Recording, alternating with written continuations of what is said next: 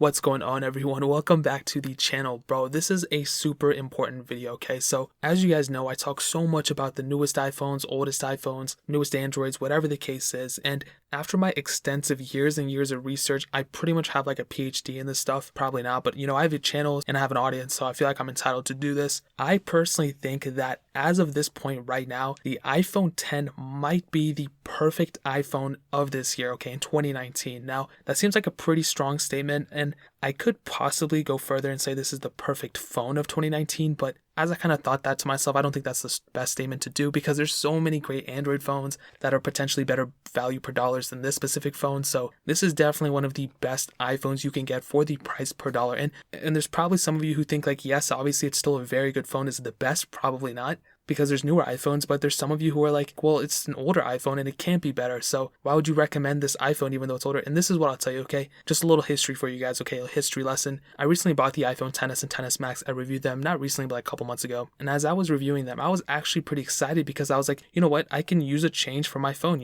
If I want to, I can go ahead and just keep it and use it and all that stuff. And when I did that, I was like, there's really not that much of an upgrade coming from an iPhone X to an iPhone XS or an iPhone X to a XS Max. And I kind of formulated that opinion. I already showed you guys, I did a speed comparisons, all that stuff. And I told you guys in that comparison video. And from then, as I keep using my iPhone X, which is still my main phone, I can honestly say this is such a great phone. And I think it's almost overlooked because Apple doesn't sell it in their Apple stores anymore. It's kind of hard to get your hands on it if you're not, comfortable buying it used. So all in all, these are just a couple reasons. Actually, I have a lot, but these are many, many reasons why I think the iPhone X is the perfect iPhone in 2019. It's not the best iPhone, it's not the cheapest iPhone, but overall, it's probably the best perfect iPhone you can get for the price tag, for everything involved. Okay, I hope that made sense. Now, the first thing, just look at the body, man. Like, I don't want to lie to you, my guy, but this is such a premium feeling phone even now. This thing came out in 2017, so it's definitely not like an old phone at all. But just holding it, as you hold it, you have glass on the front. It's a very premium.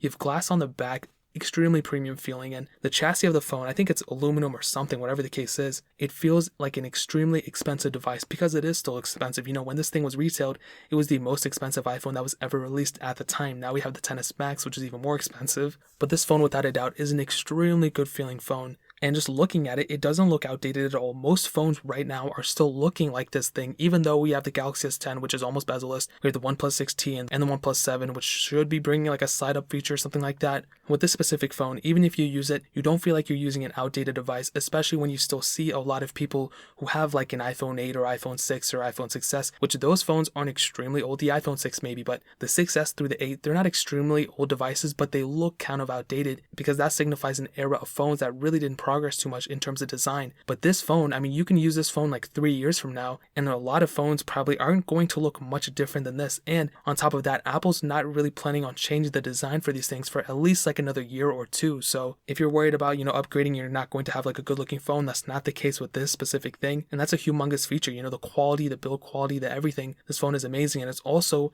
has a very nice sharp screen, a 5.8-inch OLED display. And the screen is super sharp. It's not the best looking display or anything like that, but it's still very, very good. And the mixture of build quality and the screen really makes this thing feel like an extremely amazing device. Another thing, I kind of talked about this, the speed of this phone is extremely fast as well. And I review a lot of phones, I test the latest ones, I test the oldest ones, and I compare all of them. And I can tell you without a doubt, dude, this phone is still extremely fast. There's nothing on this phone that screams to me like it's a slow device at all. Every time I use it, anything I do with it, it's extremely like... Let me put it this way. There's some cases where I actually edit some videos on my phone. There's some cases where I have to export a video from my computer, put on my phone because I have to go somewhere. And every time I edit a video on my phone or I edit audio, whatever the case is, I'm never holding it and feeling like, man, this phone is so slow. Man, this phone can't do what I want to do.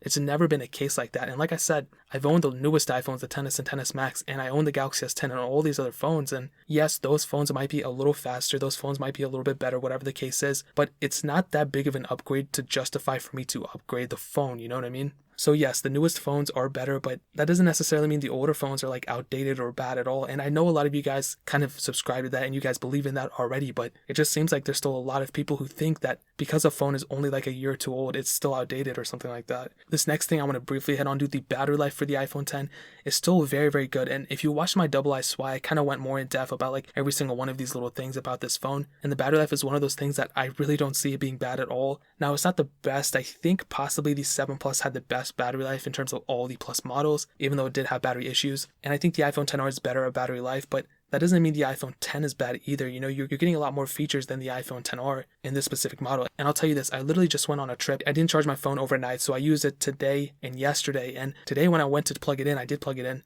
and I was on like 30%, maybe like a little bit less, but my phone wasn't dying by the end of the day. And today I did have to put on low power mode because I was afraid I was going to kill it, but I really didn't want to. But that kind of says a lot, you know. With other phones, maybe I would be more scared. I'll tell you, when I had my 6S Plus, I would probably have to charge it by the end of the day. With my LG G2, I was definitely freaking out. But now with my iPhone X, I'm not really worried about the battery life dying, you know, and this is really, really cool. Now, it's not the best battery life, like I said, but it's definitely good enough for me to at least get like a day and a half usage out of it on my specific usage, which is still kind of a lot, I'm not gonna lie. Now this next thing, software updates, okay? This phone should be getting the standard like 3, 4, 5 years of software updates that it's supposed to be getting. There's a rumor going around that Apple's going to shorten the lifespan of the software updates, which I really hope they don't do. But here's the thing, when the iPhone 8 and 8 Plus came out, those started off with iOS 11. When the 7 and 7 Plus came out, those started exactly on iOS 10. The same thing with the iPhone 6 and 6 Plus. Whatever version of iOS that was released for the betas throughout those specific months before, the official version came out on the specific day that the phones were released. But with the iPhone X, it was officially announced, and then it didn't come out until I think like a month later, and by then we already had like iOS 11.1.1, I believe, or whatever the case was. It didn't start off exactly on iOS 11. So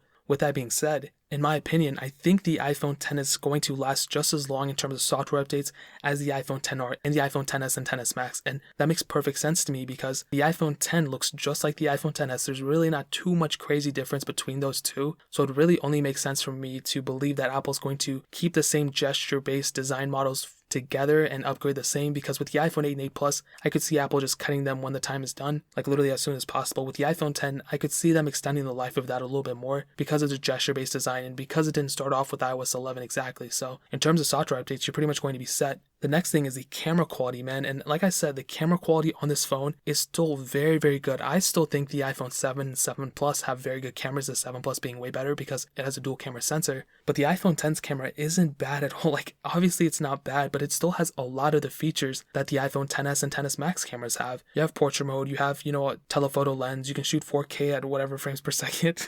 Me personally, I'm not a huge photographer. I don't really use my iPhone X camera that much, or any camera for that matter. I have a DSLR that I shoot all these videos on, so obviously I use that if I have to. But without a doubt, this is still a huge factor in getting this phone because the camera quality is still super good. And like I said, maybe Apple's going to do that 3-camera design this year or whatever, but even without it, this is still a very good camera, and it's literally, the camera quality is not going to get worse over time. I really wish they changed the settings in the camera app, because you have to go through the settings app in order to change the camera settings, which is super annoying. And this last thing I want to hit on is actually the price. So on Amazon right now, these things are selling for like even less than $630, man. That's crazy. Now, of course, they're used. I think they're certified refurbished, so they're in pretty good quality. But I think this is a much better deal than a brand new iPhone XR, and I think it might be even a better deal than the Samsung Galaxy S10.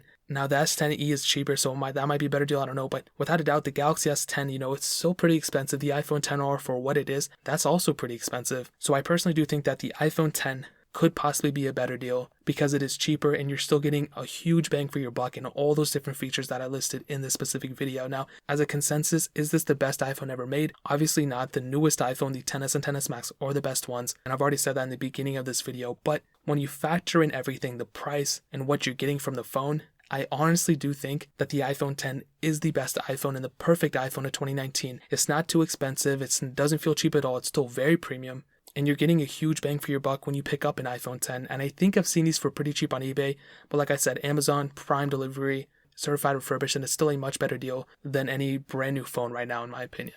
So overall, this is an awesome phone. I don't think I'm going to be switching anytime soon, but I might be upgrading to like a 200, because right now I have 64 gigs on this. I should have really upgraded a long time ago, but I'm running out of memory, so I might go pick up like a 256 gig iPhone X, or maybe I'll just go get a XS, I don't know. But as of right now, if it wasn't a memory issue, I would definitely be keeping this thing for a while. But like I said, I might go and upgrade to a 256 gig iPhone X and keep that for at least like a couple more months, or maybe a year, whatever the case is. So yeah, if you want to pick up the iPhone X, I'll leave a link in the description for the $630, cheaper than $630, whatever what price that was. It'll be the first link down there. Make sure you buy it through that link, because every single sale that goes through that link, a little bit of that revenue comes back to the channel, and we can do more videos like this, and more giveaways, and more comparisons, all that good stuff. So I really appreciate if you guys could buy things through that link. But that is pretty much it, man. If you guys have any questions or anything, leave it down in the comment section below. Hit that like button, that'll mean so much, but definitely hit that subscribe button. Every single subscriber that we get really does count, so it would mean so much if you guys could hit that. Also check out the other links down in the description as well. My Twitter, my Instagram, my second channel. All those links are linked down below. I would really appreciate if you guys could check it out. But more importantly than everything else, I love every single one of you guys. Hopefully I'll catch you guys in the next video.